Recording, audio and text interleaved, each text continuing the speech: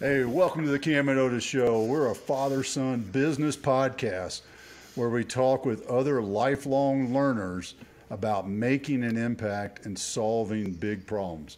And today, I just had this flash into my head. I feel almost like Mike Rowe doing a Dirty Jobs episode, but we're not quite there because I ain't there.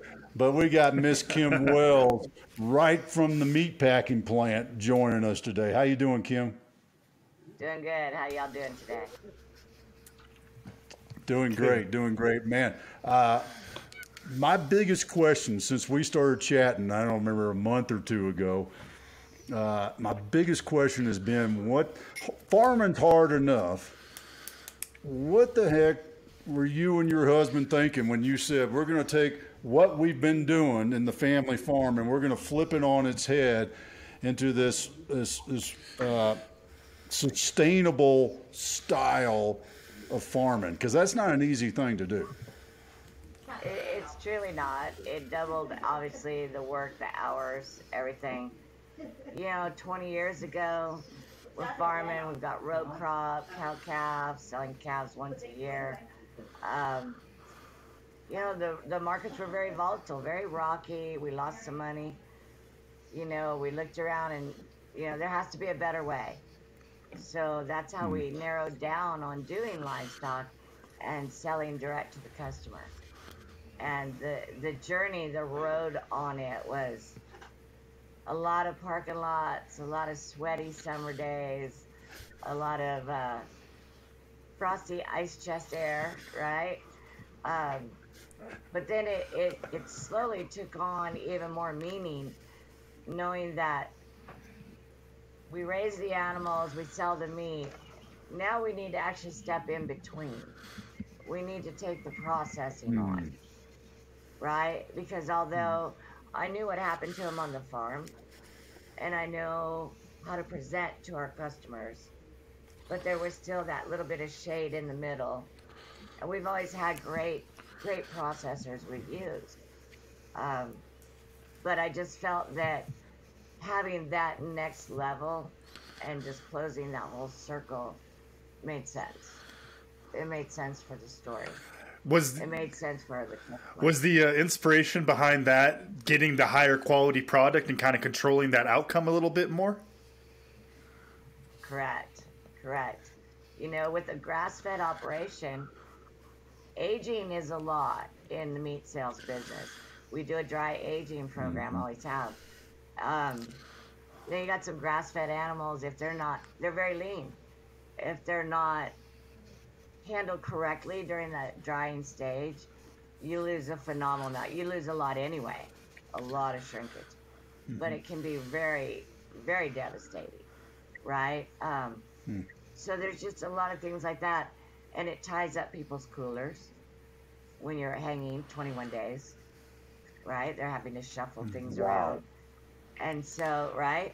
And get pretty particular about cuts, which, one steak to a package, right? It takes time, which also bogs down some of the lockers we've used in the past. And then just the fact they got so popular that having meat processed, you couldn't even get appointments anymore. So it was a matter of learning to cut, filling meat cases, and then taking on this next step. Yeah, it's been a big one.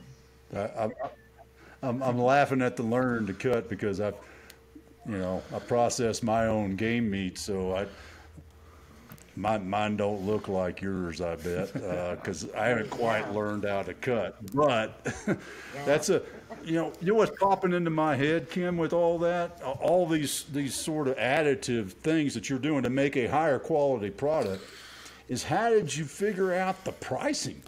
Because every time you're adding value to the product, but that's a big tale to come back and say, all right, did we price it right? How did y'all figure that out? Exactly. Each portion of the business, even at our level, has its own cash flow. And it has to cash flow or it's not going to work. And you can only prop up different parts for so long before you have to go how that didn't work. Um, so yeah, a lot of time researching online. What are the products selling for? What areas do we want to market to? We're very rural where we're at, very rural, and prices are much lower out here.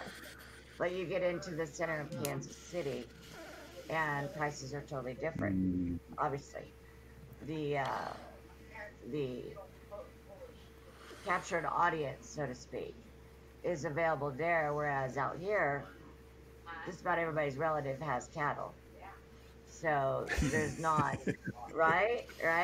So the volume of Yeah. sales is not as high out here because they just go to their grandpa's house and go, Grandma, can I get in the freezer? Or, hey, Mom, I got a bag. Can I go to the freezer?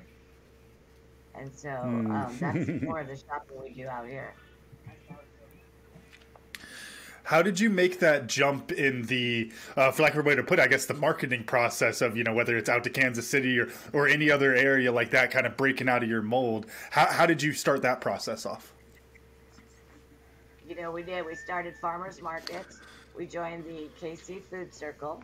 It's been around a long time in the Kansas City area. We have farmer expos every spring, phenomenal events with huge number of booths there of growers of all sorts in the area. We became very involved in the local supply chain, whether that be restaurants, hotels, schools, senior centers, all various things, and the farmers markets, of course.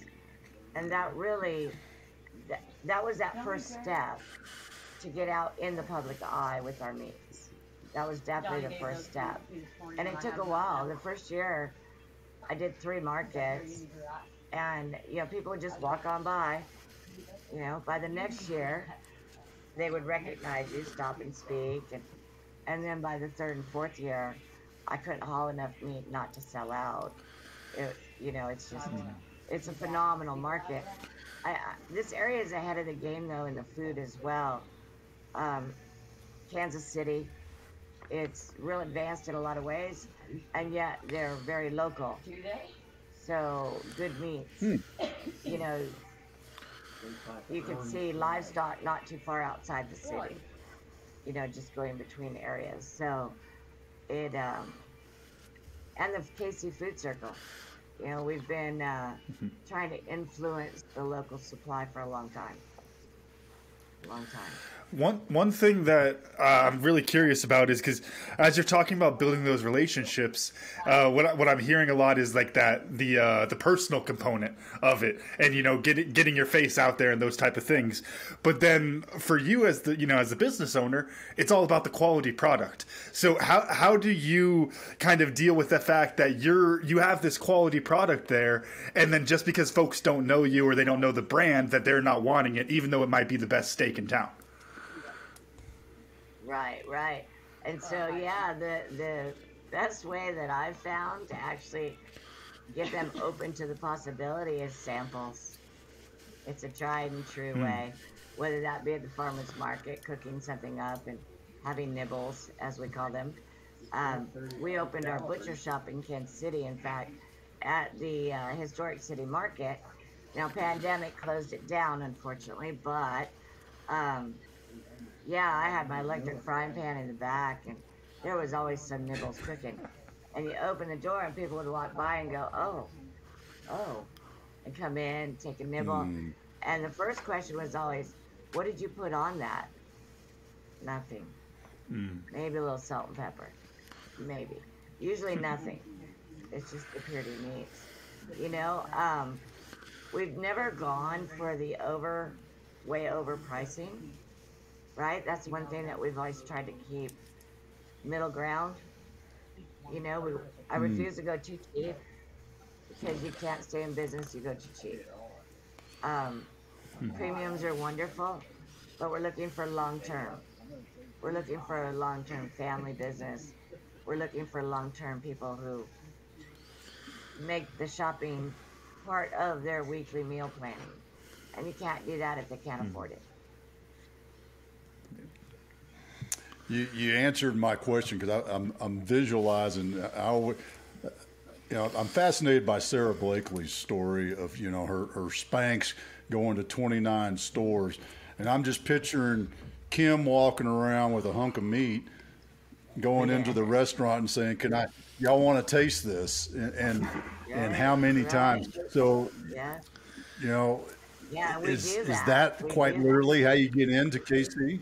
Yeah, you did It that, is huh? how you get into certain places. You'll go in and take samples with you, whether that be, some nice ground or a loin of steaks. They can cut their own thickness. Here, give it a try. Give it a try. See Wow. what you think. Wow. Yeah, yeah. And you touched on pricing again, and one of the things that, and I'm going to guess that y'all have learned this the hard way, but is the tracking of it. And when you talk about the line, it's not the line, and you'll know what I'm talking about when I explain myself rambling. But from the buying the cow, the feeding and care of the cow, to the package, here's the steak. There's a lot of variables in there. There's a I mean, lot do of you have like this variables. bookkeeping mind, this giant spreadsheet? How are y'all doing that? Yeah, yeah. We use a lot of Excel workbooks to do a lot of different tracking things. Um, we actually mow and bale all the forage that our livestock eat. So, we're keeping track of all that. Um, a lot of fence walking goes on, right? Um, Wow. yeah, and you have to, and we keep close track anyway, since being in the farming, in the ag industry, if you're part of the USDA and Farm Service Agency programs, which is twofold. Partly, it has to do with uh, insurances and programs and help, I guess you would put it, loans available Mm. and things of that nature, and subsidies come through on that. Ours is a big whopping one, $895 a year. But on the other side of that, there's a lot of data collected. A lot of data collected. I mean, we have to keep Hmm. track of literally everything we spend, because we're also, we deal with cash still, right? Whether or not you're running to the feed store for salt blocks or, you know. So, yeah, there's a lot of accounting involved. We've used QuickBooks for a long time. It's fairly easy to fine tune it to what we're doing. Um, but yeah, a lot of this is such long term that you can dial in on expenses fairly easy until you have, the floodings or the tornadoes or the microbursts or the freeze or the hail or, yeah, it upsets the cart often. Power outages now. Power outages can be a major one when we've got drip cooler full of beef Oh, and freezer full of packages, and that can be yeah, yeah. a little rocky, right? Just a little. Mm, We've That only yeah. had was to go rent out a big compressor once, or a generator once. Yeah. Well, and that was actually the next question I was thinking is, risk management is such a big piece of the business, and of just business in general. But then especially like, we talk about, you make the plan and God laughs type thing. Well, you in your business, you have the most God factors going on compared to most other businesses, because you get all of the environmental factors, all of, like you said, the microbes and those type of things. I was just thinking of the bird flu and what's going on with the poultry markets right now. So how can Yeah. you try to be proactive with those type of things? Sure. Huge on our farm is actually, we're a closed farm. Is how the best way to describe it. We don't bring in animals. We don't. Every once in a while we'll get a different bull, buy another bull, or bring another bull in. Um, we keep a bull with a small amount of mama cows. We don't bring feed in. We don't. We bring seed in that we interseed, whether that broadcast or drilled in. But all in all, we count on what's in our perimeters to do what we're doing. Our ground is so insanely healthy. We've got a good mix of timber and grasses and whatnot. We have really good, healthy animals. They live a very low stress, low key. We don't have to round them up over. It's just the setting that we're in. It's very healthy for them. Runoff is off of our farm, as a general rule, because of the way the hills are. So health wise, we've got a pretty good area. We really do, and they're healthy. They've got a good varied diet in the grasses and the legumes they eat. Some of the different grass seeds themselves, oats, triticale, barley, things like that, are also a good little once in a while. And then, so yeah, that's a big one right there, is keeping the animals healthy and the land healthy. It carries a long ways. It really does. It's not bulletproof. I mean, things happen. They'll catch colds. Pink eye will swoop through. Yeah. That could be a good challenge some summers. I'm, trying to figure out I think I figured this out now, how I wanted to ask this. So, businesses, all the business owners I talk to, are always right now are talking about this hard to hire. I talked with an engineering firm owner last night, and he's got this one position that he's had open, gapped for like 2 years. Maybe he's being a little picky, but still, it's a very defined skill set he's looking for. Y'all out there in kind of middle nowhere Kansas don't have this big pool of people to pick from. So how are you solving the hire crisis for your business? Well, one of the things about out here is a lot of these folks that are farming around us actually have had jobs in the past in the meat cutting industry or in the rendering portion of it. A lot of them work on the same timeline we do with their cattle or the fields and so forth. And that's another thing on that. It takes a driving distance to get to a job that's going to pay you enough to be gone the extra time that you had to drive and the cost to drive, right? You can't go 15, 17, 18 dollars an hour. You're still putting an hour each way, depending on what you're driving. We have bad weather in the winter. We had a really bad storm recently, just a couple days ago. A lot of vehicles off the road. So out here, right now, the person that lives furthest away that works for us is us. We're 17 minutes away. Everybody else, let's see, 1, 2, 3, 3 here in town. Population 239, and everybody else is 10, 15 minutes away. So yeah, and I do have a waiting list for people that want to work. As we get busier, we Really? reach out, and and we have others that, although they're full-time, they're not full-time because they have other things going on. So if we get too much, make a couple phone calls. Next thing you know, I got more people showing up, and then other days we're longer on the cut floor. Well, is that kind of like back to the old school co-op type of thing, where everybody in the area is kind of working together, or is it different than that? No, I mean I would compare it to that, quite truthfully.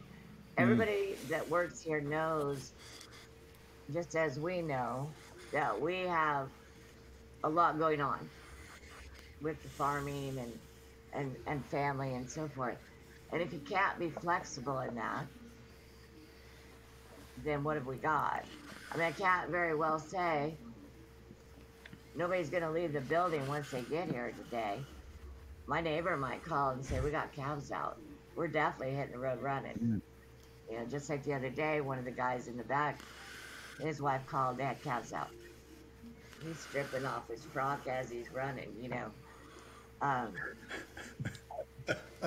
All sorts of things come up, right? You know, the dog had to go to the vet. Okay. You know, I have dogs, so I get it. But if you can't be flexible, then how are you going to keep anybody anyway? How are you going to be there? Right? If you can't be flexible. So it's working out really how do you well. maintain that? How do you maintain that flexibility? Because what you're talking about there, the examples are, you know, your workers having that, you know, those different things happening. The cows are out, dog needs to go to the vet, whatever that is. But then you're dealing with that same problem set. And, you know, so I'm curious, how do you manage that to where it's like, hey, I need to be understanding that they need to go do this kind of stuff, but I also need 5 more people in here, you know, to get this work done today. How do you manage that? Right. Yeah. It doesn't always work perfect. It doesn't, you know. Some days we're not going to cut as much, right? Or we'll do, the cut crew is going to stay and do all the cleaning, right? Because cleaners haven't made it in, right? And so, I mean, it's, you adjust. You know, you adjust. Hopefully we'll get big enough, or bigger, I guess I should say. Bigger to where even more are involved, but more steady, right? So it's all in the growth. You can't go too fast. But we've got awesome crew. We truly have awesome crew. Everybody has a good time. Yeah, lots of stories flying all the time. I guess you got to, and you're not just saying that because they're on the other side of the computer, are you? No, they're all watching me. Yeah. I had to call you out on that one. So one other piece there while we're talking personnel, and this is always one thing that it seems like you're not feeling this as much, but in the big picture, ag is that next generation of farmers. That's always a big conversation inside of agriculture. What's your take on that? 'Cause it seems like you've got a pretty good local circle to where you're okay. Are you confident in, you know, that next generation, or even to take it a step further, the next generation? Well, I'm confident in the generation itself, in the younger ones below us, our kids, the grandkids, various ages there. What I don't what I have concern and worry about is being able to afford them to be able to do it. Because we're being chased out of this profession left and right. You know, everybody that has anything to do with what I need to do my job as a farmer, as a butcher, as a food processor, all those things are exorbitant in cost. But nobody wants my product to be exorbitant in cost. Right. So I'm expected to sell at pennies. You know, oh, I can't afford you if you're anymore. Okay, I get that, but there's no balance. There's no balance. You know, software that they want me to use to make my life easier is so expensive. I can't afford it. I don't know anybody around here that can. You know, that's just one example. Any of the services we need, the rendering service, you know, they're taking our product, which, right, it's guts and so on and so forth. They turn it into a profitable product they sell, yet they charge us outrageous to come and get it. You know, why don't they just come and get it? They're making monster profit. And do I know all the details of the corporations? No, I do not. So, Right. yeah. This makes me think of, and Dad, I think we've talked about this on the show before, but there's this really interesting thing, and we could say it's happening now, but in truth of the economics of it, it's constantly happening just in different places of the economy, is that we reach this point where people are willing to pay this old price, but yet the industry itself has changed so much that the old price doesn't quite make sense. What comes to mind is like there's all sorts of tech stuff like CGI and like programming where it's like people are creating these crazy things that cost millions and millions of dollars to make, and then all of us consumers like, I only paid $20 for it because it's a movie. I would never pay more than that, or whatever it is. Do you think that's kind of where we're at with this, where it's people almost need to accept that if they want the high quality with all of that involved, that the price is going to need to go up and it's just going to be an adjustment? Okay, so our day is filled with the same costs, that everybody else is out there doing for their home life, right? Mm-hmm. And then add in all the farm input things, which even if you get a deal on them, you're still paying just a little off retail, right? So the amount of our society that is becoming more dependent on what we do, trying to sell us things or services or items or whatnot, without our sales price going up, there's no way. Mm-hmm. There's absolutely no way. Right. And it's already gotten so consolidated that it's almost impossible. Mm-hmm. I mean, it's been 20 years clawing to make all this happen, right? 20 years, which, okay, it's going, right? But there's no reason that it should have been so insanely hard to make any kind of a business like this work. It shouldn't have been that much. But you got to figure JBS owns 65% of the meat processing in our nation, right? And then you count all of them, the four big ones, and they're well over 85% of it, right?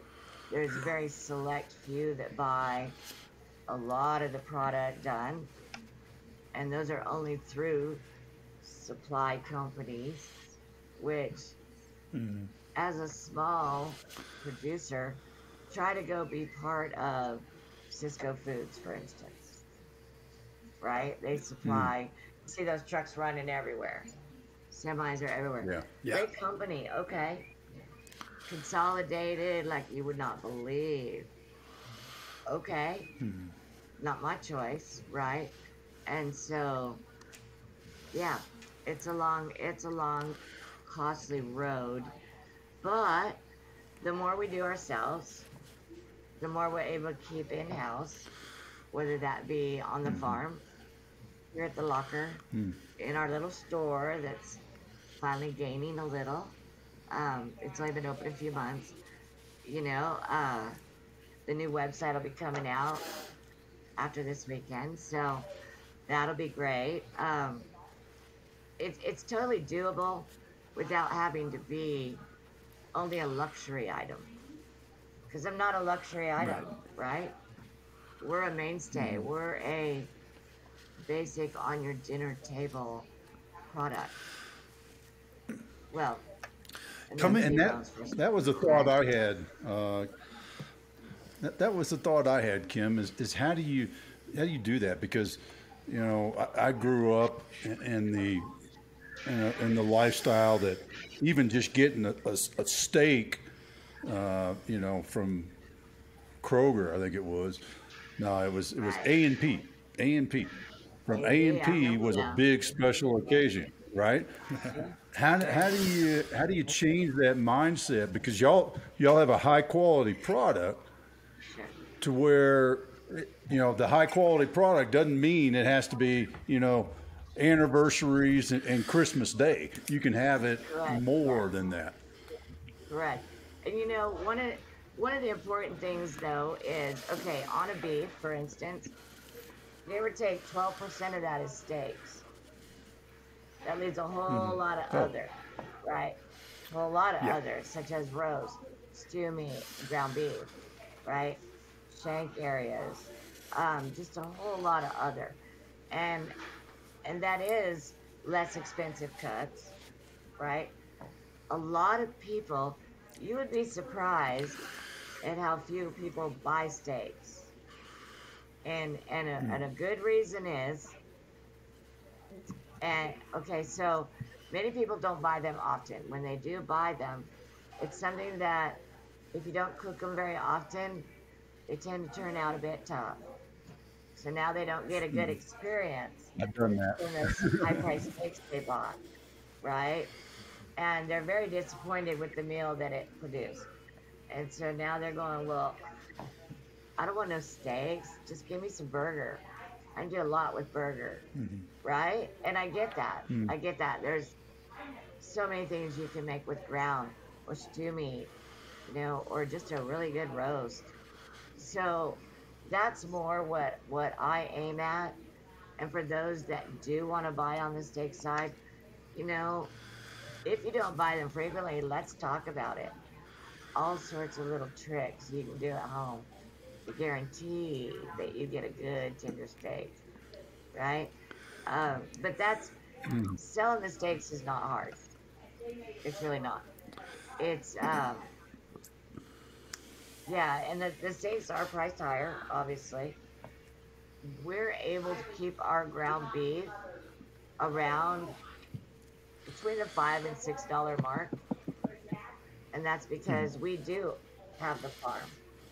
Our network of farmers are here in the Midwest. We're pretty frugal type of sorts, you know. I can't speak for all of us. I can't speak for myself. Luxury for me is that time in the evening, just enjoying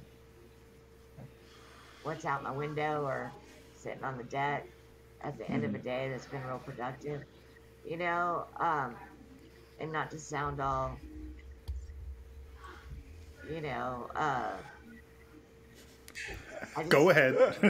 it's the reward for You can what we're say it. doing, right? Right?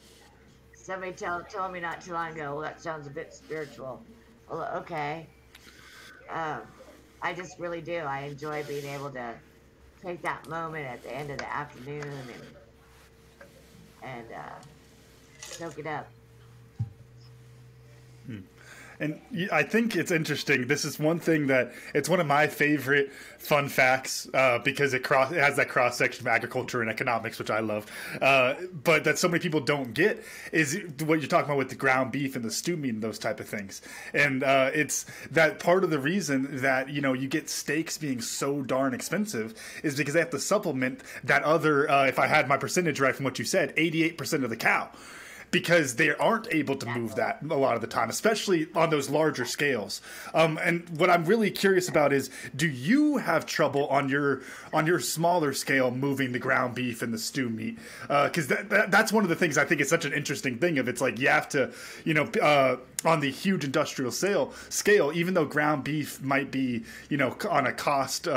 on a cost basis of production, $2 per pound, they got to sell it at 5 or 6 because they know that they're gonna have to throw away 2/3 of their product because people aren't eating enough of it. Do you experience similar problems there, or is that more of a bigger scale issue? Yeah, that's that way oversized scale. They do. They've got so much waste. Um, Even when we do our ground fresh, it's only left fresh for a day or so before it is popped in the freezer. Because I'm not into wasting. That just doesn't work at all for me. Um, Selling the ground and the stew mate, we always sell out of ground first. Always sell it ground first. The cool thing about roast though is people don't really think about roast in the summer. So you got to get creative, right? So one of the things that I remind folks of is, you throw that roast in your crock pot in the morning, throw a bottle of barbecue sauce in on it, put the lid on, put it on low. Maybe Saturday morning do this. It will drive you crazy. Sunday, you will have the best Yep. afternoon barbecue beef you've ever experienced. So you make a few sides, you're good to go. And you're not in the kitchen very long. You know, summer's busy. Do you really want to spend all that time making something complicated? Throw it in the crock pot, forget it. Know you got food when you get home. So it really does. Thanks for listening to this episode of the Cam and Otis Show. If you're enjoying this conversation, then make sure to share it with other lifelong learners in your life so they can enjoy it too. Stay up to date with the show on Facebook and Instagram at Cam and Otis Show, and subscribe to our channel on YouTube so that you're the first to hear about new episodes and other special content. Now let's get back to the show. It's dotting. Technology is our friend. Come on. There she is. She's back. Yay. Sorry about that. Hello. Yeah. Technology, it is our friend, right? Well, we'll Yeah, fix I was going that. to say, So we don't worry actually, about when it that. cut out, there was a decent point of, it was, you'd said you can have the best barbecue roast, you get some sides, you're all good to go. So you finished the sentence right before it cut off. So that's actually about as good of a drop point as we can have. But yeah, so then we'll just jump right in. I'll count us in, Dad. You want to go ask a question? We'll go from there. Perfect. Yeah. You count us in, and I'll ask a question. All right. 3, 2, 1, action. So, Kim, you mentioned something earlier that I thought was that kind of piqued my interest, and it was growing bigger. And how do you scale a farm? Because if you're grass feeding the cattle, you can only have so many cows per so much land. So how do you scale that? Sure. Yeah, so it's not going to be scaling my own farm, right? But it is on the scaling where I'm referring to is our network. And we've been building on that for years. I don't need more acreage than we have. We lease a couple other farms that we have cattle on and so forth. So we've got plenty going on that side.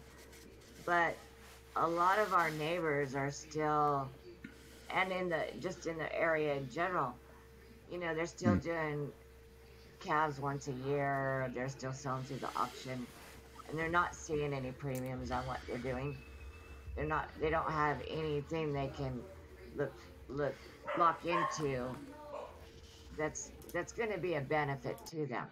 Whereas being part of supplying a facility, we've got that opportunity to add value to what everybody's doing.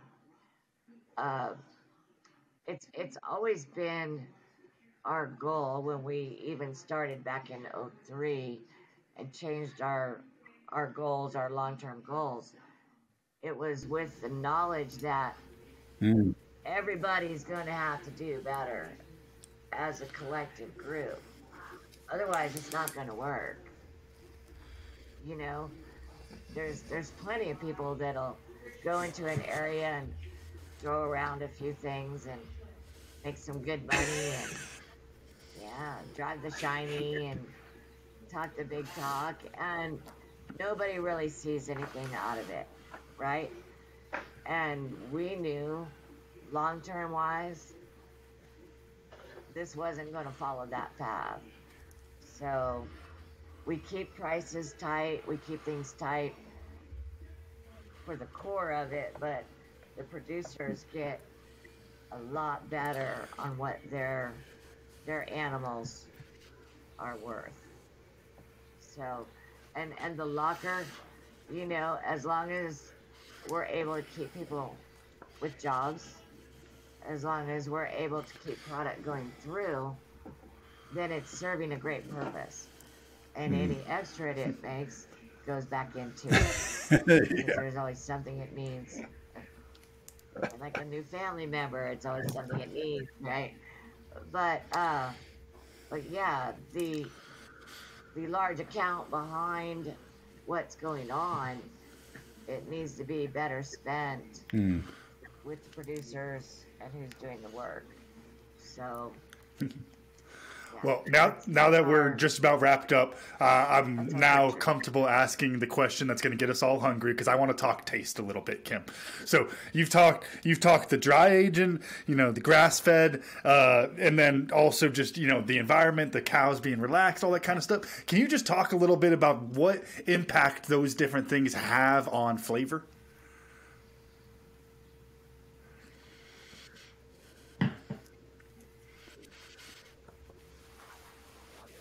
Okay, so the grass fed can be very tricky. You've got to have a great variety of grasses and legumes, and that's what's going to give that really amazing, robust flavor in it. Also, it's the grain finished. The producers, they do amazing job in finishing them out. It's the fat adds, as y'all know, quite an amazing um, depth again to the meats. But when you've got animals that are actually out grazing, being fed out in the pastures, if you're going to grain finish them, just it's hard to explain that the depth of the flavor. Just picture the best beef you've ever tasted, literally, with nothing on it needed. Just the best beef you've ever tasted, and it does come No, through. I mean, It does. I It's hard to personally explain the experienced depth of it. it. I Yeah, experienced it in you get a Alaska with burger. moose. Yeah, Oh, the a yeah. moose that I got up in the mountains tasted Oh, nice, really good, and a nice. moose I got down in the tundra and the swamps Hmm. tasted kind of like the tundra and the swamps.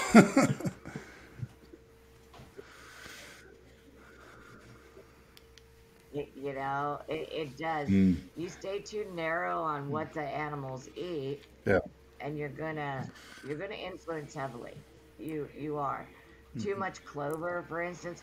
Clover is very bitter when you taste the leaves. Clover has a very bitter back to it, especially as it gets more mature as a plant. It can influence, you know, can influence the flavor. Who was it? Joe Saladin, in his book Salad Bar Beef. That's one of the terms he coined. And when I first heard it, I thought salad bar beef. I love salad bars personally, but it was referring right. It was referring though to all the grasses and legumes, cool season, warm season, Well, all and the then various the other piece grasses. there, and the reason I want to ask about the dry aging is because I love to smoke some meat, and I'll smoke my briskets, my pork butts, all that kind of stuff. And I have friends that will send me videos of people doing the dry aging, and they always say, "Camden, why don't you do that?" And frankly, Kim, I'm going to be honest, it scares me a little. It looks a little sketchy when you see people going through that process, and the fact that I mean, for lack of a better way to put it, there's essentially bad meat on there that you cut off to get the good meat. Right, And could you just talk a little bit through that process, and right. then maybe finish on a little bit of the flavor notes? You do, you do. Yes, yes. So the dry aging, literally, you're letting the moisture come out of it, whether it's dripping down through the carcass or the cut out through the surface. You get a long enough dry age on it, and it's going to look like jerky. The whole outer part will look like jerky. If you've gotten that, if you've achieved that, that means your moisture Okay. content and your temperature ranges were kept at the optimal, right? If you get a lot of funk growing, you got something out of balance a bit there, right? Because, and so you need some airflow and so forth. Um, we've done some aging in the past where, yeah, you lose a lot for cutting things off because of the on the outside. You try not to touch it until you absolutely have to, Yeah. because you're going to be slicing through some yuck, and the meat inside of that is just beyond compare. Mm. When you can just take it and just put your finger through it, wouldn't even need anything more to cut it with. It is phenomenal. We had a few food connoisseurs, and we dry aged of loin for them for 60 days. Yeah, out of that, it was over 10-pound loin. Wow. They got 4 pounds Wow. of steaks. That's it. Got 4 pounds. Because that's how much was gone through the course of drying and, Now, in our butcher shop in the city, I've got this phenomenal case. And I will take the loins bone in, whether that's ribeye or short loin, which is your tenderloin fillet and your casey strip. And you put them in there and you just keep turning them every day. So every side gets dry. 60 plus days. Put that on the saw and cut it off. And the beauty just, I'm right there with you. You know what? it's amazing. The minute you slice I, into it, yeah, Right. yeah. Now there aren't many out there that truly do dry age. I'll just say that straight up. Most of them, they get it in there, they chill it down to temperature within 24 hours. That carcass has to reach 40 degrees or less. They get it to that temp, they cut it, they backpack it, and it's out of there. And now this is wedding. yeah, I accidentally, well, not accidentally. It was kind of a circumstance of events. I dry aged some Dall sheep a number of years ago, but I will say when I cut off all the bad stuff, Ah, sure. whoo, that's still to this day I have not had anything that was even close to how good that meat was. Right? And they'll say you can't age pork, Oh, and I'll beg to differ with you. You can age pork, and it is insane. In fact, cooler, wise, of course, the smoking side of it, you can do that for quite some time, obviously. But yeah, we've had parts in our dry age thing that, oh my gosh! And you want to talk about just really bringing out every nuance of that pork. Yeah, and goat, lamb. man, Yeah, we've tried all sorts of stuff. yeah. It I, it's I'm uh it's amazing.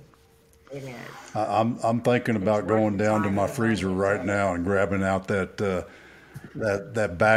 back strap I got in there from my Nebraska deer. Right as soon as we wrap up this call, because man, I need some. Yeah. Yeah. Oh yeah, Right, yeah. right, right. Get Well, some and scallions with it. yeah. So I'm My thinking God. in what I learned, it's one of those little nuggets that when you said it, I should have. It was like, yeah, duh. I should have, just never put the math to it. It takes an expert to help me truly frame it, and that was that's that 12% steak.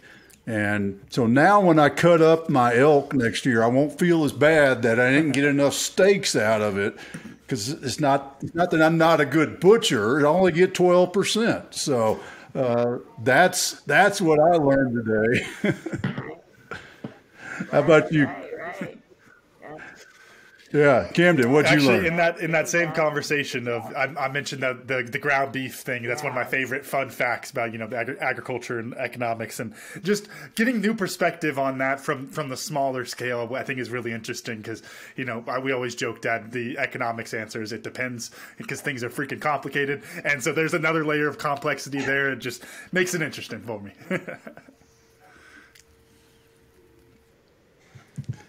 Kim, how about you? What'd you learn?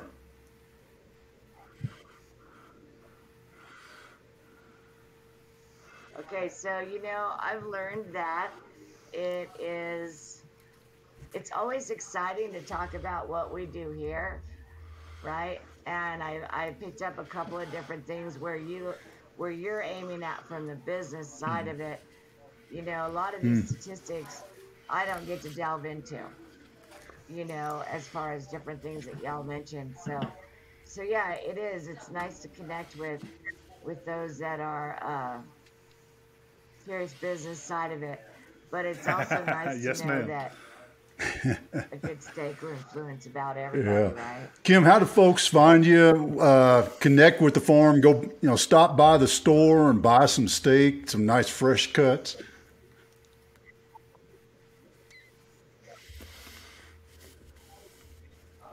Yes, we've got a fresh meat case here in Barnard, Missouri. And then you can look us up online. We're barnardprocessing.com. That's BARNARD processing.com. Reach out. We're on LinkedIn. We're on Facebook. Uh, Kim Wells, it'll be under on LinkedIn. Reach out. Come by. It's a gorgeous area Yes, around ma'am. here. And we'll Oh, see you next ooh, summer. that You guys sounds come like out and fun. pick some berries with us, too. Oh, hey, when are y'all Oh, going to you want start to? shipping out the meats? Oh, wow. Hopefully in the next couple of weeks. We've got things on order as far as boxes and whatnot, and we've got meat hanging in the cooler right now, aging. Mm. Working up on most of these will be 14 days. So we got 14-day age, and we've got lots of steaks and all sorts of goodies, ground, all sorts of stuff waiting on everybody. Skirt and flank steak. You can't That's beat the awesome. meat Well, to Kim, steak, right? this has been awesome, and I thank you so much for carving out some time today, and do me a favor and thank your team for allowing you to take a little break and sit down with us instead of being in there working.